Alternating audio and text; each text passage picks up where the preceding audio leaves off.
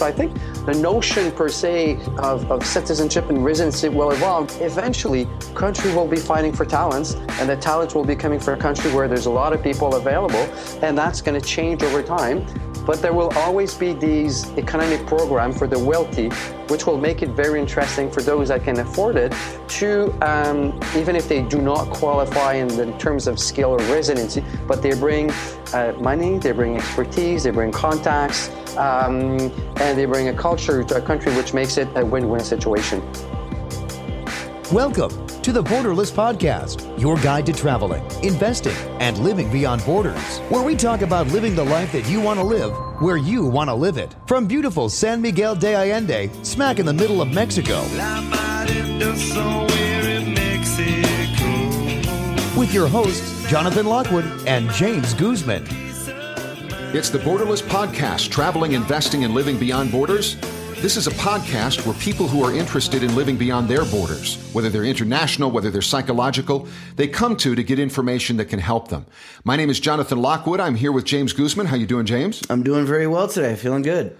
All right. Well, it's, it may as well be summer here now in San Miguel. Absolutely. It's absolutely fantastic. The temperature is great. The weather still gets, cool enough at night, so it's not pathetic like it was in Phoenix. Yeah, I'm ready to go swimming after this. It's really, really beautiful and sunny, and I'm loving it.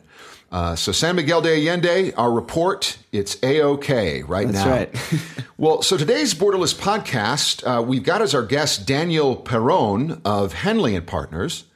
And Daniel Perron brings over 30 years experience in banking, business development, including over a decade, providing financial services and immigration solutions to mobile high net worth individuals and businesses linked to the Canadian Immigrant Investor Program as the former director and business head of HSBC's Global Investor Immigrant Services.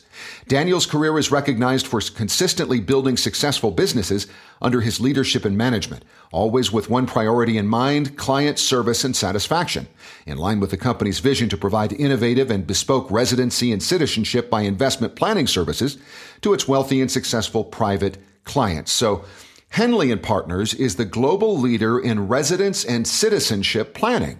Each year, hundreds of wealthy individuals, families, and their advisors rely on their expertise and experience in this area. Their highly qualified professionals work together as one team in over 20 offices worldwide. And one of those highly qualified professionals is Daniel Perron. Welcome, Daniel. Thank you very much. Good afternoon, guys. Daniel, where are you from? I'm from Montreal, Canada. All right. So you were talking about weather in Montreal. It's much cooler, and spring has forgotten to show up. But thank God I'm spending a few days in Miami for business, so I'm enjoying a bit of similar weather as you guys have. It's beautiful in Miami. Good for you. Yeah. Well, great. We'd like to have you on. It's something that comes on a lot. Is this having a second or third citizenship, kind of the different options that are out there and that kind of thing. First of all, maybe a good question would be, why would somebody want another citizenship? I think there's as many reasons as there are peoples, but you could maybe summarize that as some people are looking for citizenship products for global mobility. And when I talk about citizenship, is also getting a passport. So you've got a lot of Middle Eastern people. You've got a lot of people that are looking for freedom of travel or a safe plan B if anything happens in their country. So global mobility is a big one. In terms of residency, you have a lot of people that wants to move because they want a better quality of life. Some of them is for tax reason. Some of them, a lot of Asian people wants to send their kids abroad and spend time with them, and at the same time get them in the family another residency, permanent residency, and maybe citizenship if they do their time in those countries. So it's pretty general. Many type of reasons, but there are quite a few that are more important than others. All right. Why don't we talk about people that come from the United States, if you don't mind? Of the people who are in the U.S., who most are looking for your help? Well, it's very diversified. You have the people who, for political reason, do not feel that the country is going the right way, and they want to make sure that if they want to escape the U.S. at some point in time, in order to do that and relinquish their citizenship, they really need another passport, another citizenship. So the first step is getting that citizenship. So that's what a lot of people is getting another passport, another citizenship. Is like an insurance. Like most of you, you have an insurance for your car, for your house. You insure your investment by diversifying your asset. So this is one way where you can also make sure that you secure your mobility, your own mobility. So that is very interesting. Also, you have other people that are becoming a bit more frustrated. The U.S. citizen cannot open bank account in many banks around the world anymore. They must report so many items that it's becoming burdensome. So a lot of those people, especially those with lesser ties to the U.S., they're saying, well, is it worth it to have a U.S. citizenship? So they're looking for a plan B, and that's what we provide to these clients. So there's a more and more demand for that, and the numbers has been rising. And I think last year the numbers was around 3,200 of those American citizens who officially relinquish those citizenship, but those do not include all of those that did acquire another citizenship and maybe one day do it. So the number is for sure double of that. Yeah, absolutely. We had a guy on earlier. We didn't really talk about getting second citizenships, but it was Glenn Roberts, where he had renounced his citizenship without having a second one. So he's, in effect, stateless. But it had been, I remember how long it had been. What is it, 9 months or something at least? And he had still not shown up on the register. And I've talked to many other people that say that, if you go and you look at the individual foreign embassies register of the people that have renounced their American citizenships, the number is much higher than what's reported. So, yeah, I believe that's the case because I don't think it was a big issue in the past, and this was not well reported. That's the first thing, and I think the second thing is maybe it's not in the interest of the U.S. to publicize such a large movement. Right. Yeah. Question for you, Daniel. So you're an American citizen. You want to open up a bank account in a country that doesn't want American citizens, probably because of this FACTA legislation that has been passed. Just getting another citizenship, does that get you that account automatically? No, not really, in the sense that as long as you maintain your U.S. citizenship, you are required to publish it to anybody that you would be doing business with. So for those that want to fully relinquish a citizenship, so that's one way to do it. For sure, there are clients that will go somewhere else and will not divulge that information, but that's not something that we tell them to do, but I'm sure some of them do. But it's the first step in order to do such a thing and relinquish your own citizenship. So no, you are demanded to declare if you have a U.S. Citizenship. But at the same time, there's the bank account issue, but there's also their security issue. So some U.S. citizens prefer to travel certain Muslim countries with a passport which is not a U.S. passport, because if there's a threat, an immediate threat, if they're a U.S. citizen, they might be more likely to suffer than they have a passport from, let's say, St. Kitts and Nevis or Malta or Antigua and Barbuda, for example. So, when we think about all of the different categories or all of the different strategies for gaining a second citizenship, what categories do they fall into? There's two typical ways. One is true historically, it's been like through the residency programs. And then a residency program like in the UK, like in Canada, you have to become a permanent resident. You have to pay your income tax. You have to spend your time in the country. I call that, you have to do your jail time in the country, whether it's 6 or 9 months a year.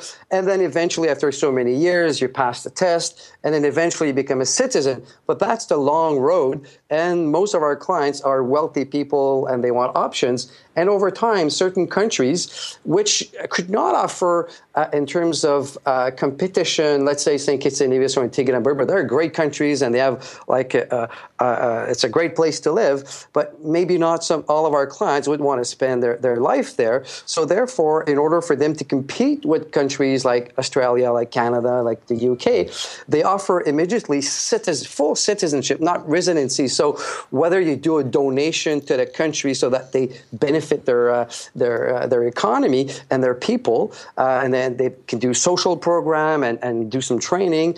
Also, you can buy in certain countries, you can buy pieces of real estate or start a company. So by making those significant investments, that's why we call residence and citizenship by investment. This will give you citizenship within less than a year. So this is a fast, very interesting path, because then you do not have to show that you speak the language, that you intend to stay in the country, or others, other requirements that you normally have in a residency programs.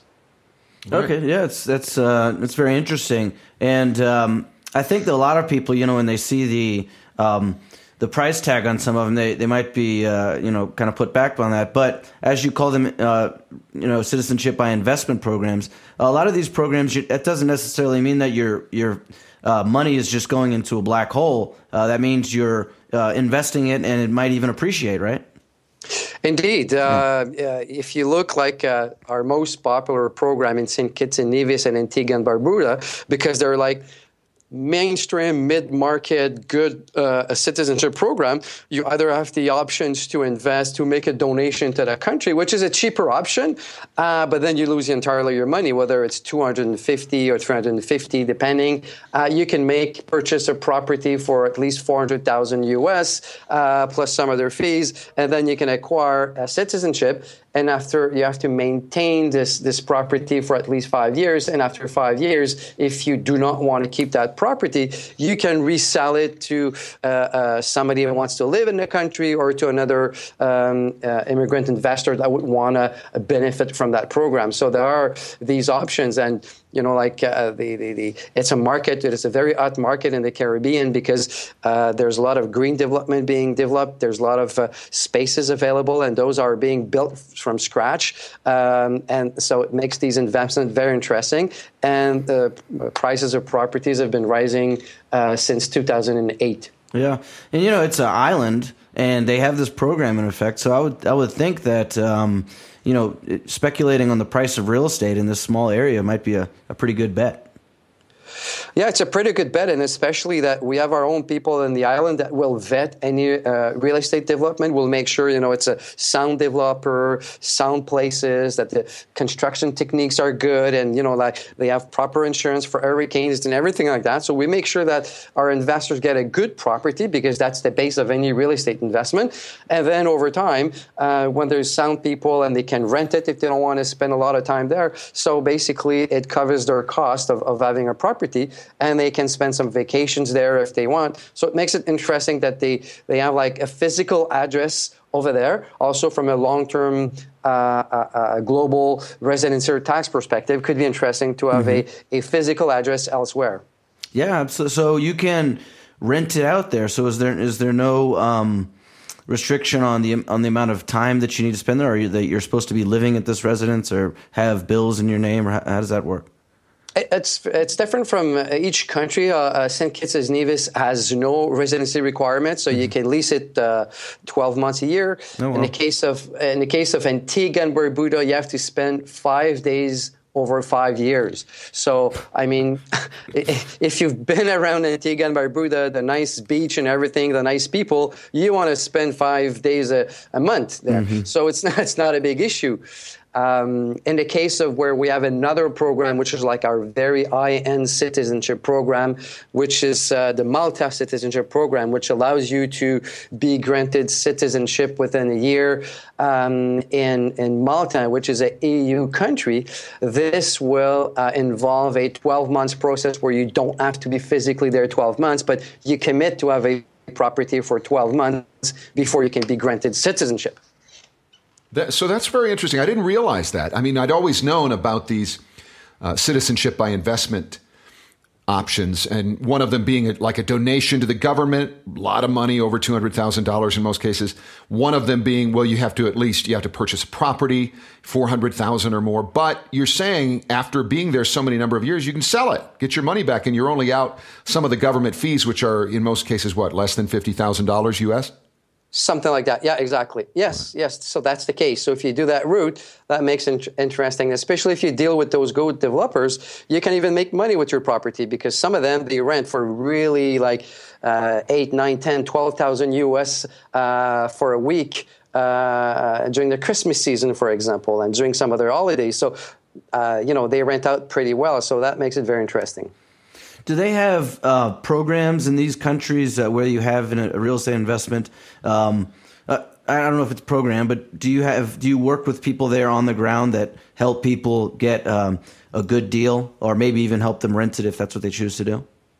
Yeah, most big real estate development project that we deal with, they have like their rental team and they have a rental pool, and everything is organized accordingly, because obviously the goal of our clients, very few of them want to spend a lot of time there. So those that want to spend the time there because they love the quality of life, and they say, well, this is our next year, usually they'll buy a $2 or $3 million villa and they'll spend the time there in a large villa and they'll enjoy it. But for those that do the minimum investment just to get the passport, most of them will spend very little time there. So everything is organized so that the cost, like the usage cost, is all paid and covered by those rental agreements. And usually we'll only deal with the big names, so that, like Four Seasons, for example, that will attract some good marketing and a lot of people year round. Yeah, that's great. So, we're talking about, that, well, they might not want to spend a lot of time there because these are some pretty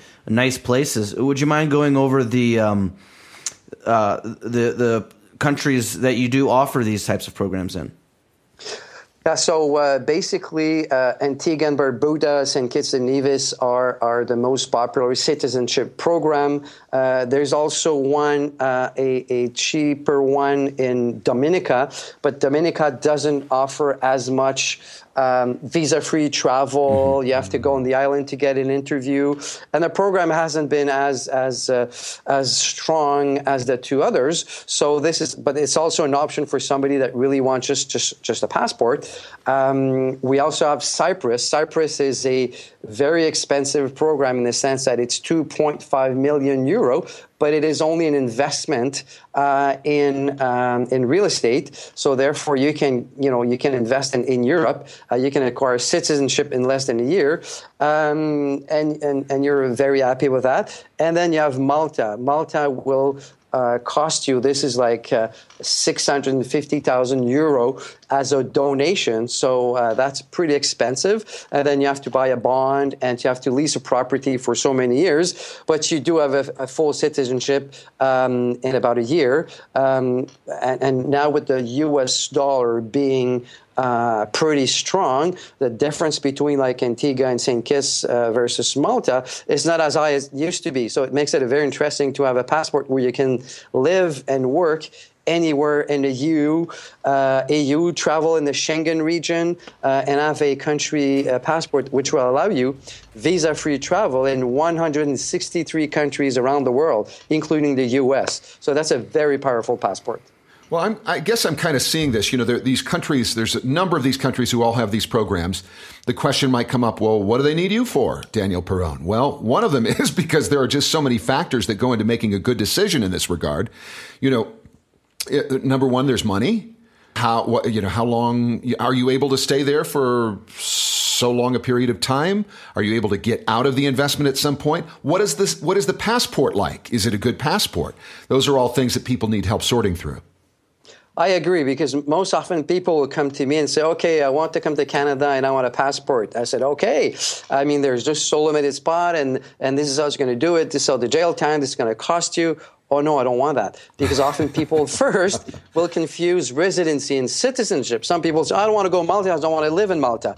I says, no, this is a passport program. It's a citizenship program. Therefore, you can live in Europe. This is like the key to Europe is Malta, for example. The key to traveling around the world, if your passport doesn't allow you a lot of travel, for St. Kitts and Antigua, is the key to the world for visa-free traveling and having a plan B. If you're in a country, whether it's in certain South American or certain country where your security is at risk, you cannot get out on a visa, or it may be revoked by the country that gave it to you. Once you have citizenship, it's technically unrevocable, so that will give you that. So that's what we explain to people. What is it that you need? How much are you willing to invest? Where is your family going to be in the next 10, 15 years? Because often people don't realize their family, we talk to their wife, what's the impact? Where you want to be? Where do you want to live? And sometimes we do what we call a combo. We'll sell a Portugal residency program with a St. Kitts citizenship, and that will, make people happy because they only do investment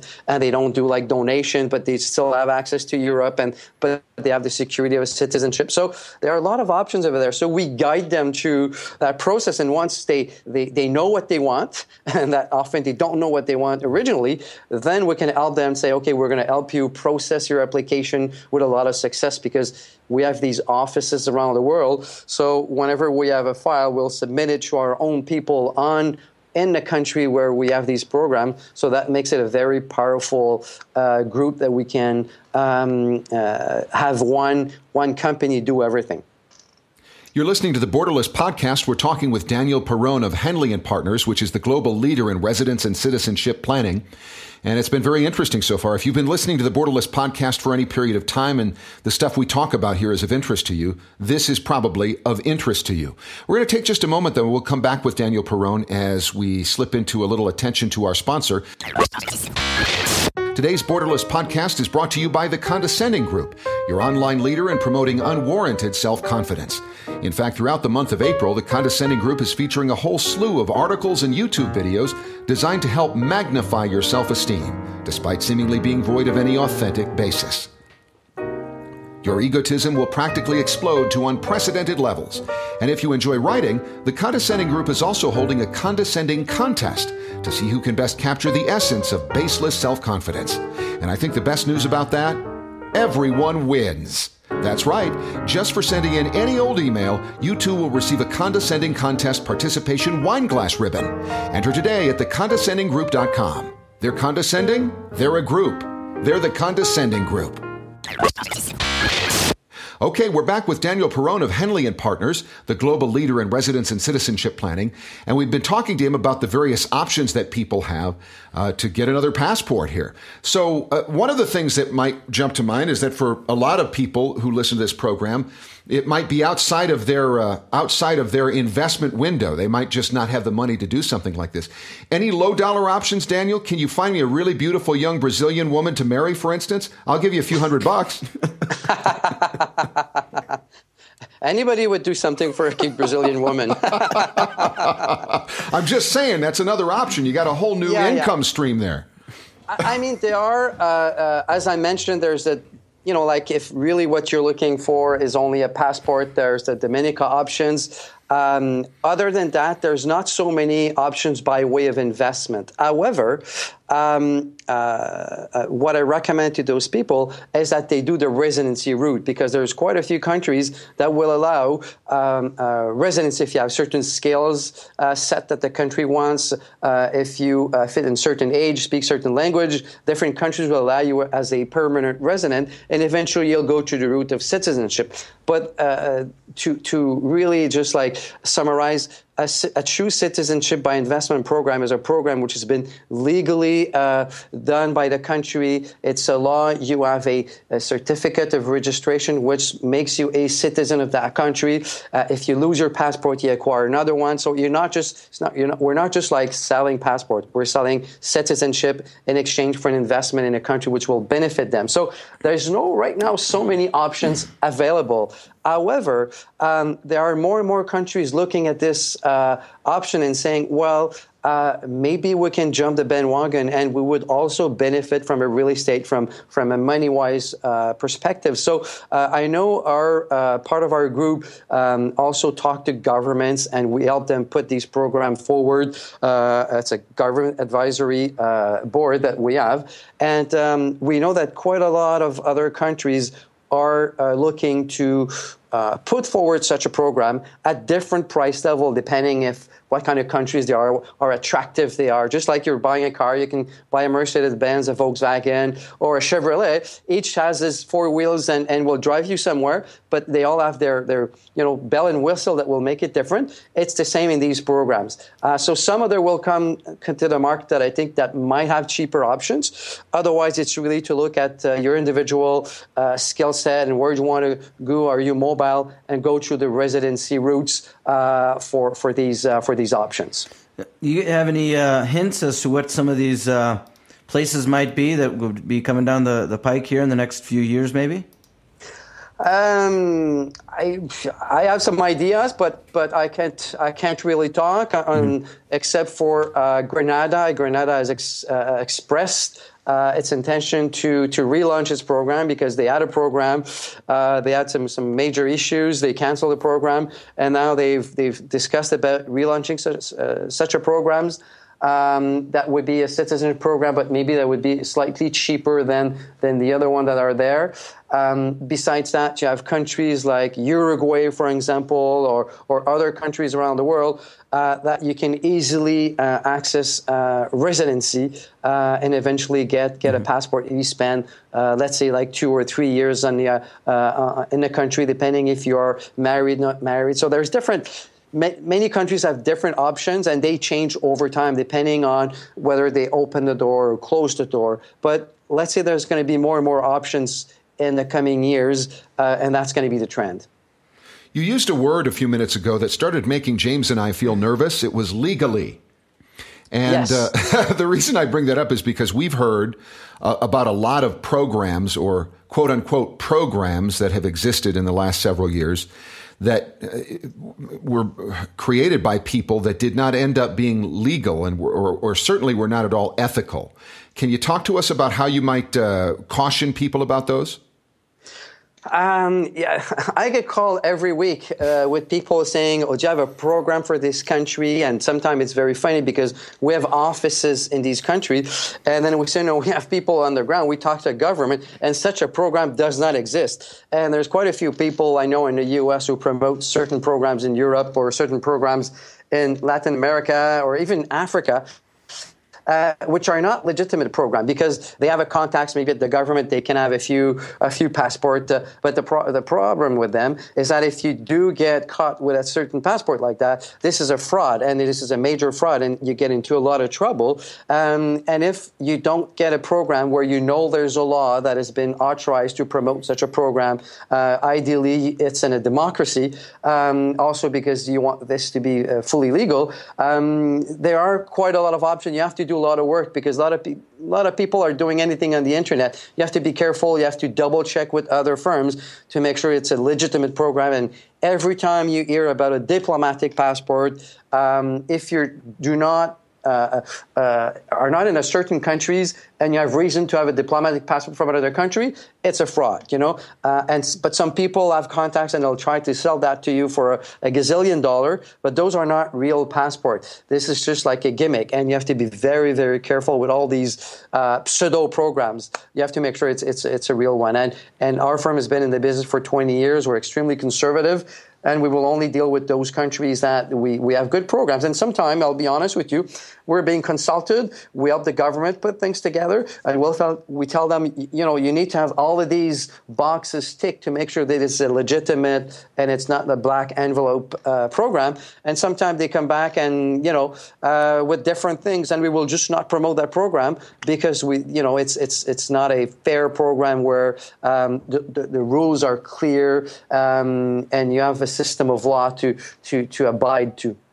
Yeah, I think a lot of the people that I've seen on the internet, they say that, okay, yeah, those are the the complete above board programs. But if you really want a program, if you really want a passport quick, what we can do is we know somebody in the government there, and it's fine. This is how things are already always done. So we can get it pushed to the, put on the top of the pile for you. What would you say to these types of things? Well, it's the same if you go to see your banker and your banker says, well, you can make 5%, but if you want to make 10, I know this guy and have some good tips, and we'll pass it to Joe Blow. It's the same thing. Once you go out of the realm of these institutions, you get what you pay for. Absolutely. And I think that it's something that, when we talk about people who are interested in international life, there are so many ways, travel on $20 a day. There are so many different ways to hack the system. You can get really inexpensive airline tickets if you do this, if you book it out of here, and if you go through here. There are a number of perfectly legitimate ways to save a lot of money. This is one where, buddy, you better be flipping careful because, I knew some people who were a part of a certain South American program, and at some point, the people who were helping them got in a lot of trouble. Well, it didn't matter that they got their passport or whatever it was before it was shut down. They are now at risk of getting into some serious trouble as a result of that. Yeah, and I would say too, if you're planning on renouncing, which I think a lot of Americans are, I mean that's kind of the point of getting a second passport for a lot of Americans.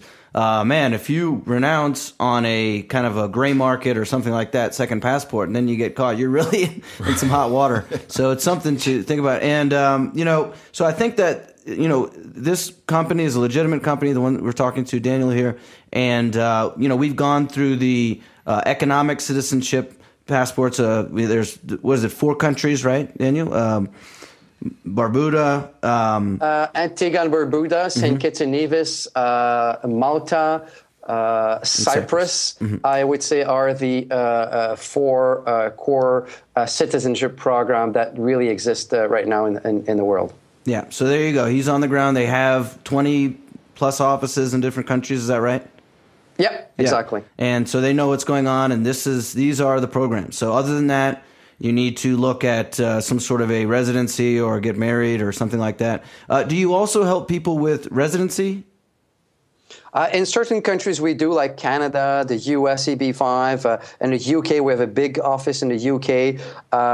It's an expensive program, but for certain people it's going to meet. We have a very popular program in Portugal, which allows you to acquire a residency permit in Portugal and travel visa-free in Europe. So we have like some very good residency programs that we can help. And in certain countries we have we can do more because we have our own immigration people that was going to do other realm of immigration locally. But if we can't, we'll normally refer you to a local practitioner that can help you in these other programs because we normally specialize in residence and citizenship by investment only. Yeah. So there you go. You can work with his company doing that, or find another company. But you do go down the residency thing, or you can just look at the residency laws yourself. Also, another option is by ethnicity. There's several countries that will offer you almost immediate citizenship through ethnicity. So that's definitely worth checking out. But other than that, that seems to be the 3 major options. Ethnicity, just going there and getting residency and becoming a citizen. That would also, I would think, include getting married or having a child there, and then the economic citizenship. But that's your 3 options. Exactly, and I would say getting married is getting legitimately married. Because countries like Canada, for example, have put forward new stringent laws to make sure that they will deter the false marriage. U.S. has done something similar. So most countries now are a lot more demanding in terms of marriage, citizenship, or residency. All right. Daniel Perron of Henley Partners. It's a legitimate organization, the global leader in residence and citizenship planning. Now, let me ask you this. You have a couple of things that you wanted to offer to the Borderless Podcast listeners. Is that right, Daniel? Yes. I would be very glad to offer 2 sets.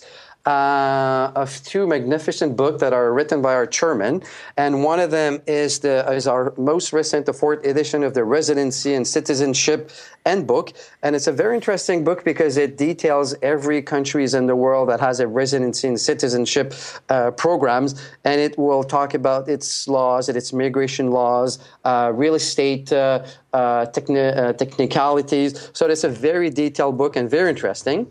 And we also have our Henley Partner corporate book, which is a magnificent book that is more about the vision of residency and citizenship around the world, our company vision, and discussing by some of our managing partners and clients as to where residency and citizenship goes around the world, because it's a concept which is evolving, and in the past it's something where you were born and you died with your citizenship, and today it's becoming more of a commodity with interesting news, with the fact that people know more and that they have their cash, which is mobile, and now they want to be mobile, and so it's becoming something different. And people born in countries which do not have the same access, they want an equalizer, and these investments allow that. So these concepts are evolving, and that's what that book is all about. How can people get access to these free books, Daniel? Can they email you or go to a website? What would you like? Basically, I would say the first two want to email me. We'll get those books. Okay. And so we will put your email address in the Borderless Podcast notes. Mm-hmm. All right. Perfect. Well, that's good. That's very interesting what you were saying about that that second topic as far as how citizenships are evolving. I find this topic to be really interesting. We see all different types of institutions kind of changing, and a lot of talk about what this might look like in the future. How do you see this going? You're kind of in the middle of all these programs, and you have people that are talking to different governments. Where do you think this road might lead? Maybe in my lifetime, as far as citizenships are approached. Well, two issues on that. The first one is that it's an evolving, very sensitive issue, because whenever a program is launched in any countries around the world, and we've launched quite a few, there's always a bit of concern in the countries where people feel that their citizenship is being threatened, their citizenship is being sold and shouldn't be. So it takes time for people to understand that, it's not everybody that is born with the same rights, and why not grant it to them if it may benefit the country as a whole. So that is one thing that is always, it's always a sensitivity. And in the past, citizenship was kept very tight by a country. Why? Simply because it allows them to have more soldiers. So over time, this notion of I have more citizen, I have more soldier has evolved. And at the same time, information has evolved. I was reading a book not so long ago, and this gentleman, Irwin, I remember. I have to find back this book, but he was saying he was talking about the next 100 years, where the economies were going, or the countries and the war and etc. A futuristic book that I call. And it was very interesting that he said, in the next 100 years, you see a shift whereby most countries around the world, industrialized country, will fight for talents. So instead of saying, well, okay, I need only 500 welder this year, and I'll get you only residency, and I'll give you citizenship in 3 years if you meet this and this and this and this condition. And the next maybe 50, 60, 70 years, country will be dying for those scale. So maybe they'll say, well, if you come here and you work 2 years, I give you citizenship, I give you this, and I give you that. So I think the notion per se of citizenship and residency will evolve, just like when you have too much cars on the road trying to be sold, then you have, free financing, free this. Eventually, country will be fighting for talents, and the talents will be coming for a country where there's a lot of people available, and that's going to change over time. But there will always be these economic programs for the wealthy, which will make it very interesting for those that can afford it to, even if they do not qualify in terms of skill or residency, but they bring money, they bring expertise, they bring contacts, and they bring a culture to a country, which makes it a win-win situation. Okay, Daniel, you talked about the sort of friction that can occur when the government of a country introduces a program for citizenship by the people who are already citizens, feeling like their citizenship is threatened. But what about from larger countries? For instance, the United States. Do they ever show any kind of disfavor to countries who open up these citizenship programs?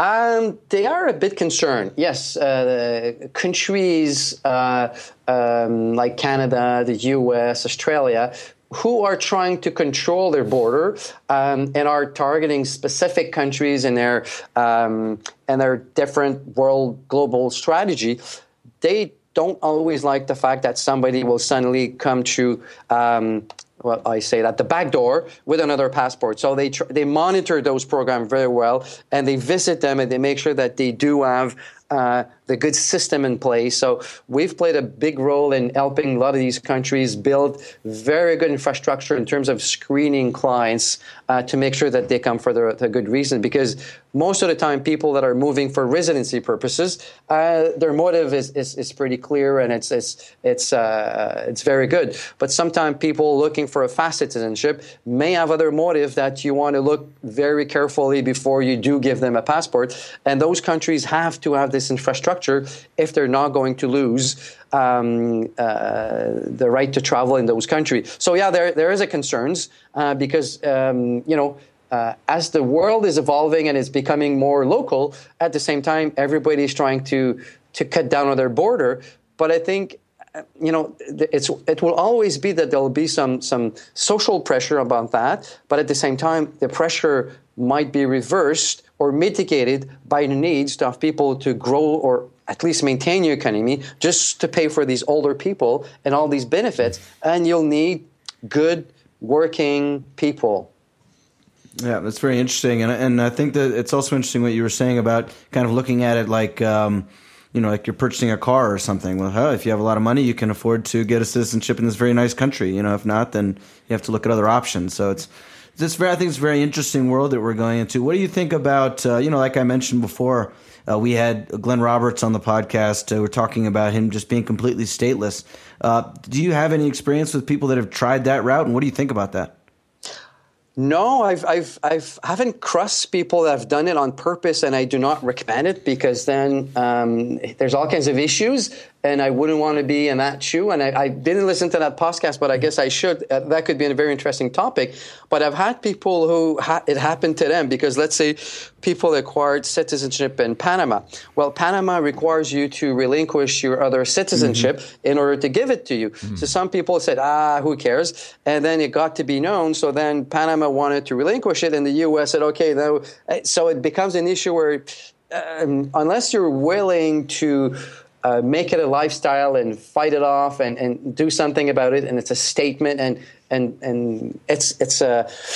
it is something which is I would not go into, but I myself, I might be more conservative. I would recommend to people to have like a good solution before going into that. Just like I have some other people that mentioned to me the opposite. So they call it the 7 flag rules. Or something like that, where they said you have like your asset in one country, your revenue in one, your expense in the other one, your house in another one, and then you spend your time in. So something like you have like 7 countries and you play around that.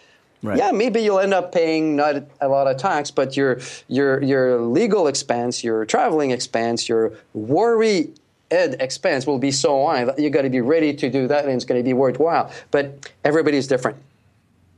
Okay. Now, we mentioned this Panama program where you're not allowed to have dual citizenship. What are some other countries that you might have to worry about that? Well, I suppose that all the ones the services that you offer, that's not a problem, right, for U.S. citizens?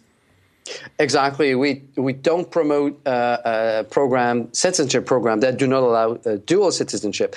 But I must say that Panama has a very good residency program. So that's what most people are doing. They're enjoying a good residency program in Panama. But citizenship is another issue, and you got to be ready for that. On the other end, if you're a resident in certain country like India and China, they do not allow dual citizenship. So a lot of these people will acquire a residency and not a citizenship right away. If you acquire a citizenship, then it's at your own risk that your country finds out. Or you have other countries like Russia that started to instill where you have to make a declaration. If you still live in Russia, but you have another residency or citizenship, you have to declare it. Failing to do that, you can have a being on the bad list type of thing. So it's something that that's part of our consultation when we meet with clients. You say, well, these are the pros and cons of all these programs based on where you come from, where you're heading, and then it's your decision, but now you know the risk. Okay. There's one country that I've always been kind of interested in. Maybe, I'm not sure if you know about the specifics of this country or not, but Monaco. Do you know about their citizenship program? Isn't it that you have to pretty much just get personally accepted by the prime minister? Well, basically what you have to do in Monaco is you have to be filthy rich and you have to buy a property over there. But to buy a property, you have to be in the inner circle. You have to be accepted. And then there's very few available, and it will come to you through contacts and through a lot of money. So it's a program where it's not just about how much you invest, but how much you're worth, what's your contact, what's your profile, who do you know, and you can get in. Just like certain countries have, for example, a program which allows you to get citizenship base if you're a good artist, if you're a good soccer player. If you can make a great contribution to a country, most countries will have that. And there's one country that has a citizenship program that allow that on the base of economic benefit, and this is Austria. So Austria do offer citizenship if you make a significant investment. But just like you said for Monaco, is you have to make an investment. It is around 10 million euro. It's going to be significant to the country in terms of just about the money, but in terms of where it relates to the culture. If you make it in a certain province or a certain town, it's going to be helpful to them. Does it bring new technology, or is it they need a hospital and you have a special skill in those set? And then every member of parliament or minister, certain ministry, have to authorize you saying, we want this person, it ticks the box. So it's a long process, but it's a great passport, but usually it's going to cost you a lot of money. It's going to take many years. And usually they will accept people that already had previous tie in the country, or somebody with a lot of significant uphill benefit in technology or science or arts or something like that, accompanied with money. So Monaco is a slightly more loose program in a sense that it's less structured, but you got to be filthy rich. I find these types of things fascinating. Are there any other kind of unorthodox type of systems like that you know of? I'm trying to think. I mean, there are different entrepreneur programs in Australia, in the UK, even in Canada, where you have to make investment, which are less usually than immigrant investor program. So somebody that wants to open a small shop and reside in the country and work in the country, there are options also available, which are usually less expensive than the investor one, but it requires physical presence. It requires setting up a company.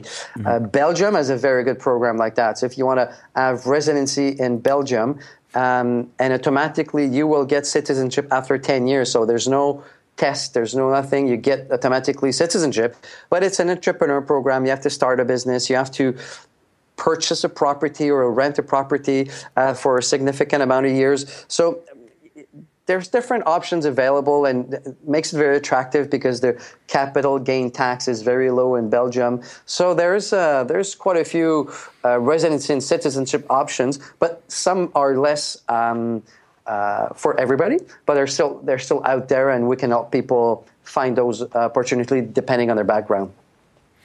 All right, you're listening to the Borderless Podcast. We've been talking with Daniel Perron of Henley Partners, global leader in residence and citizenship planning. If you have an interest in a second passport, if you have an interest in living somewhere else in the world, these are the people to talk to. He's also offering 2 free books for our Borderless Podcast listeners. The first is the Global Residency and Citizenship Handbook, and the Henley Partners Corporate Book. These are both updated, and they will be made available to you if you will email him. His email address will be in the show notes of this very podcast. Actually, I'm going to be giving 2 sets. So gotcha. The 2 books for the first 2 one. Very good. He will be giving 2 sets of these books away. So you got to be quick on the draw here. You better email him right away. Go to the Borderless Podcast show notes for this particular podcast, and you'll find his email, and he'll get them out to you. All right. Thank you very much, Daniel Perron of Henley Partners, for being a part of the Borderless Podcast. It's been a pleasure. Thank you very much. All right. Well, I'm glad I found Daniel. You know, that's a good company to get that going. I mean, you know, I certainly can't afford any of the programs, but who knows? You know, maybe one day I will. Maybe we can get this Borderless podcast to be so big I can afford to do something like that. Yeah, but you know, the other thing too, I mean, I really didn't realize that. I didn't realize that you could make an investment and then like buy a house and then sell it later. Sure. Yeah. I mean, that's something that all of a sudden seems like at some point could be possible for me if I were interested in that. Sure. Yeah. 4 years. I think, what did you say? 400,000? I thought he said 5 on the one that he was talking about. I don't know how long all of them are. Yeah. Yeah. Well, yeah, if you're interested in anything like that, you know, go down to the show notes at the the Borderless Podcast. You'll be able to find this the show notes for this show there at borderlesspodcast.com. And you know, while you're there, sign up for the mailing list, and you'll receive a free book on how to live a borderless lifestyle. And also, you'll keep up on all these Borderless podcasts. You know, we put out a lot of content, a lot of information on this topic, all for you to enjoy. Another Borderless podcast coming up soon. Thanks for joining us for the Borderless Podcast, traveling, investing, and living beyond borders.